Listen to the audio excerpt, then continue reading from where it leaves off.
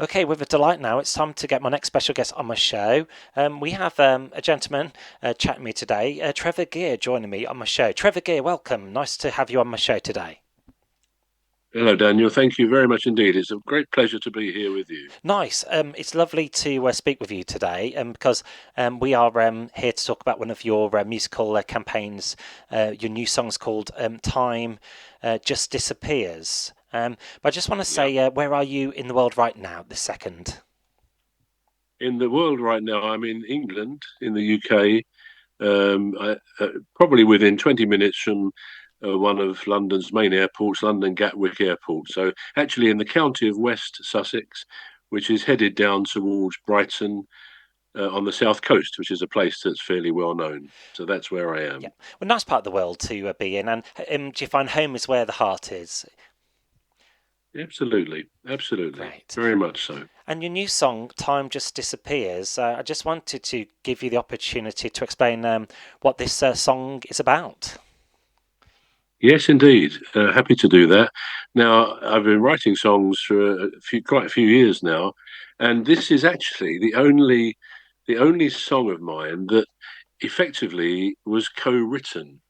And I'll tell you why that happened. Now, I actually had an interview on a radio station probably 4 or 5 years ago with a very nice guy called James Walsh in the States. I think he lives in Nashville nowadays. Anyway, we had this interview, and afterwards, I think he said to me, "That was really good, Trevor. Thank you for that." He said something you said, a phrase he said has stuck in my mind. He said it was time just disappears. Now, presumably, we were talking about how quickly time passes, etc., etc.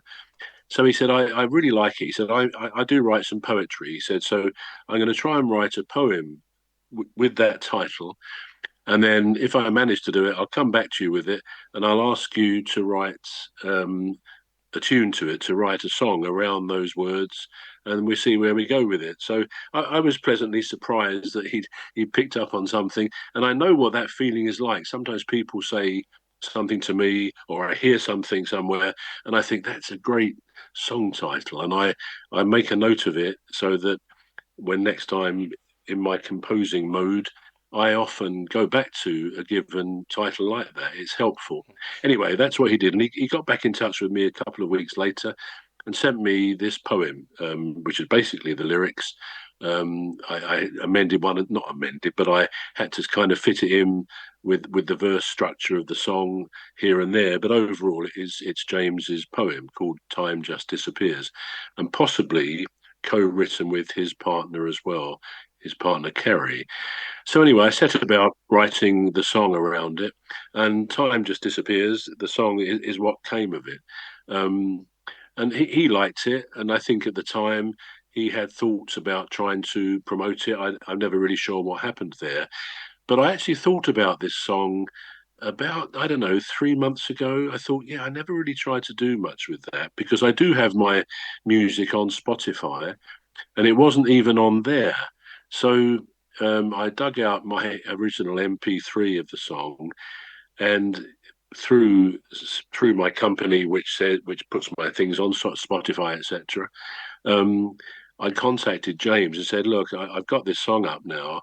Let's try and promote it." And of course, there's co-copyright, etc. So it's come out as Trevor Gear featuring James and Kerry Walsh. So it's a conspiratorial song together, a collaboration. The only one, as I say, of all my songs that has that. So that's how it was born. And I must say, I was very taken with the lyrics of the poem, the idea that we are all stuck in the moment, for better or worse, hopefully for better. We cannot escape the present instant, much as we would like. Certain, I think sometimes the thoughts go through our head. Wouldn't it be good to capture time and just stop it for a moment, just so we can regroup mentally, perhaps, on situations, because time does go so fast, particularly as we look back. So that's a potted history, Dan, of time just disappears. Thank you very much for telling me the beautiful backstory on the song. I agree that tempus fugit, as they say in Latin, time flies, doesn't it? And It it's does. a collaborative collaboration, as you say, between co-writers. Then, That's right. okay, brilliant. And listening to the track, it's from my take of it, piano ballad. Yeah. Very poignant in places as well. Was the piano and the instrument you played on the record, or was that someone else? No, it was me. I am a bit of a multi-instrumentalist, very much self-taught from when I was pretty young. So I put some a bass guitar and piano predominantly. That was it. I do play drums, but I can't really remember at this point in time. But I didn't do a traditional, 4/4 drum beat. But I put some. I have a drum machine for convenience. I do sometimes play drums in a studio if I'm recording, but I usually, for domestic stuff that I record, I use a rhythm drum machine. So yes, I put that on it, but otherwise, the piano, the bass guitar, the singing is all me. Do you like layer the tracks as well? And how do you find modern technology? Do you find it really useful now compared to back in the old days? Well, yes and no. I mean, I've got to say, I, I I think my strengths are the creative side of it.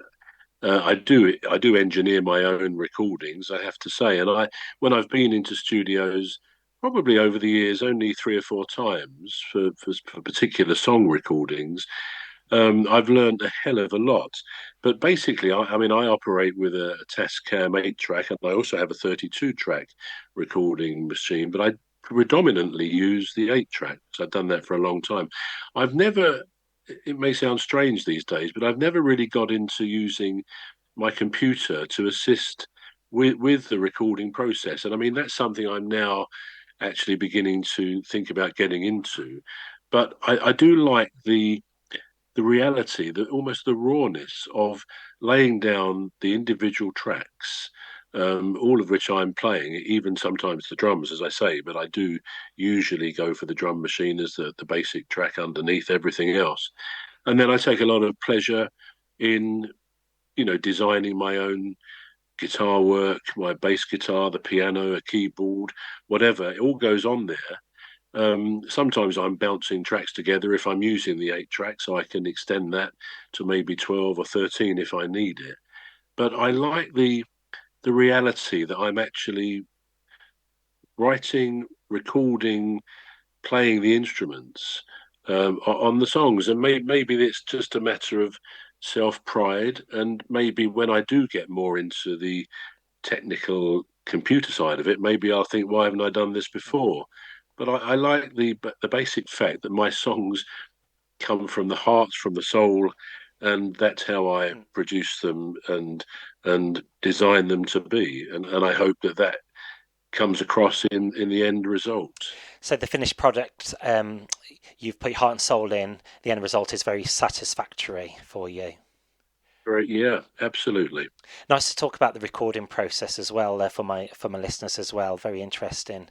Of And course, you of mentioned like the course. people who listen to your music on this record. What do you hope listeners will take from your latest record, like relating to it in experiences? Yeah, I think relating to it is exactly the expression. I love songs that I in some way can identify with, where you hear a line, you hear not so much a word, but you hear a line or a bit of a concept in there, and you can sense if it identifies with something that you felt yourself and you've never perhaps expressed. That's the beauty to me of writing songs. I love writing songs. It's not always easy by any means. I'd much rather have, if you like, a specific commission rather than a blank canvas, because if you can write about anything, if I go and sit down and say, right, I'm now going to write a song for the next hour or two, yeah, sometimes I'm, pounding on the piano or strumming the guitar and things happen. It's true. You get a good chord sequence or something comes to mind. I always record, anything tune wise that comes to me, I put on my mobile phone just so I don't forget what it is. And surprising how often that happens overnight. Actually, I get up perhaps to use the loo, and then there's a tune in my head, and so I sort of hum it into my phone, tired out and everything. And I learned to be more efficient doing that because in the early days of doing that, I would listen to the recording in the morning, and it was such a blur of noise. Trying to understand what I was trying to hum. So if I do that occasionally, I make sure I can actually decipher what it is the following morning. But that's quite a good way I get a tune, as in other times. But generally, I'm strumming or playing the piano as well, and something comes along those lines. But yeah, I think what I hope my listeners to my songs get, and it's comments I sometimes get, that they are kind of music that touches the soul, and I always felt that was a great compliment to me. Now, I'm not saying all my songs have some deep meaning because they don't. I like to think I write very catchy songs, probably a mixture of upbeat tempo songs and ballads, a mixture across the board. And I think on Spotify, I have around 100 songs on there. So there's a good range of what I actually do. But yeah, I hope people take something away. I hope people take a bit of a dance beat sometimes, the catchiness of the song. And I work very, very hard on lyrics. I don't put in cheap lines just to rhyme or something like that. And I've never done that. And if it sometimes I can spend 2 hours and have one line written, and that can be a bit Mm, frustrating. But equally, another time I can write a complete song in 1 hour. mm. But yeah, it's part of what I am, the creative side, and I hope people, frankly, the bottom line is, I hope they enjoy and get a buzz of pleasure from what I record, what I put out there. Nice. It's nice. You create music to reach out. Proper meanings. You don't get many songs, which tell a story. Maybe like country music, but like the old songs, Mm, had meaning, didn't they? They still do now, but it's nice that's that right. this That's song right. touches on that. I just wanted to ask as well. I know we chatted previous before the interview. You're a family man. Would you like to see like music continue like in your family roots? Yes, I guess so. I've taught the guitar, for example, to my two granddaughters. I mean, they're now late teens, early 20s, in fact, one of them.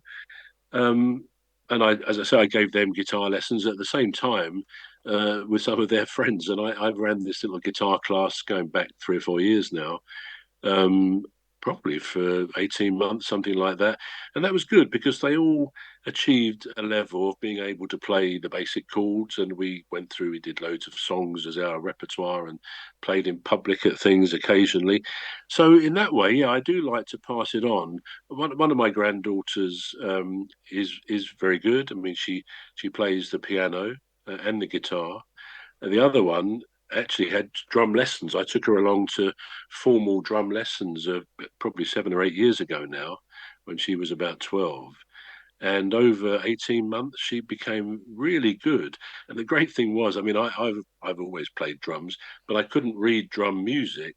But as a result of going with her to this chap who taught her, I also learned how to read drum music. Now, I've got to be honest, and I've not really followed up on that, but I could just about at a push still read a few drum notes and play it. As I say, I'm happy to play by ear on all of my instruments, but it was a good thing to learn something about how a professional drummer reads his or her music. So that was good. So yeah, they're both very keen, but not in the way I think that they're looking to make any sort of career out of it.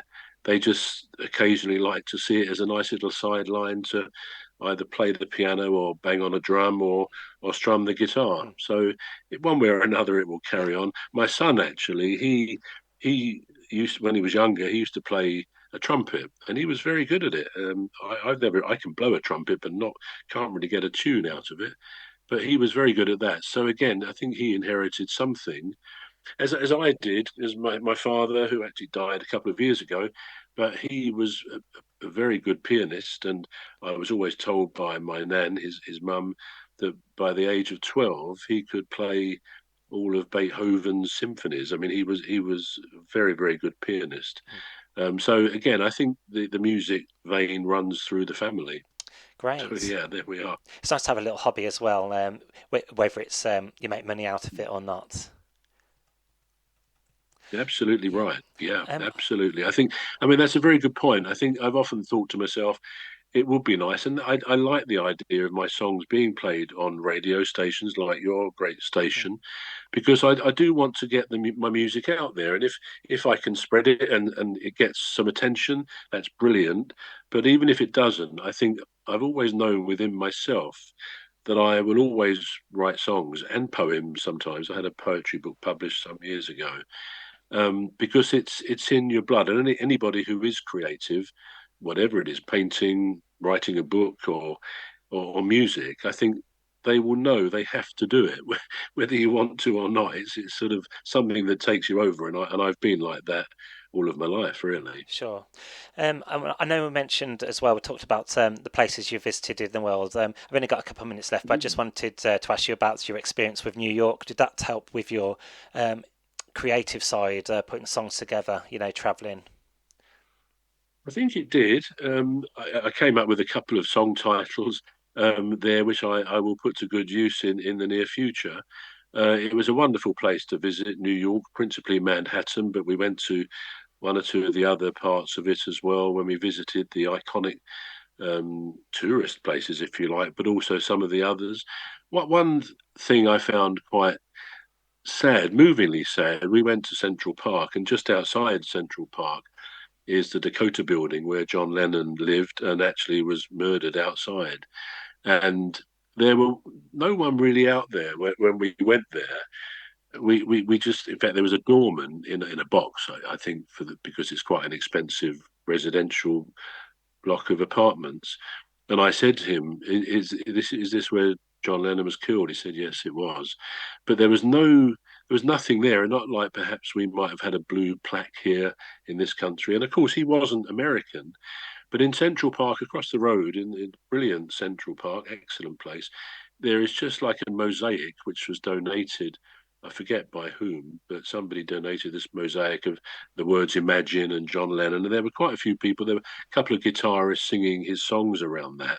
But all in all, it was very low key, particularly at the Dakota building. And I don't know, maybe that's a good thing.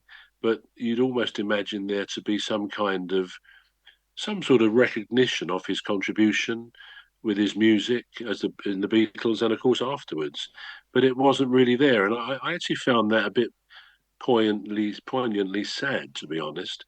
But anyway, it was a wonderful experience overall, just to see these places, to see where John Lennon did live, and other current day people, like I gather U2, they've got places there very close to Central Park.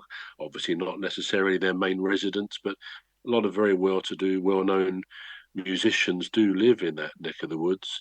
So going there, it was musically important to me to see some of these places where, you know, great iconic musicians have lived, do live, or have played. I mean, in Central Park, Paul Simon and Garfunkel have played there a number of times, and many other artists. So, yeah, it was very interesting just finding out about, where and when these people frequent, these great venues. Well, Trevor Gear, thanks very much for sharing your experience visiting the Big Apple, as they say. These interviews go so fast, and it's very interesting chatting with you.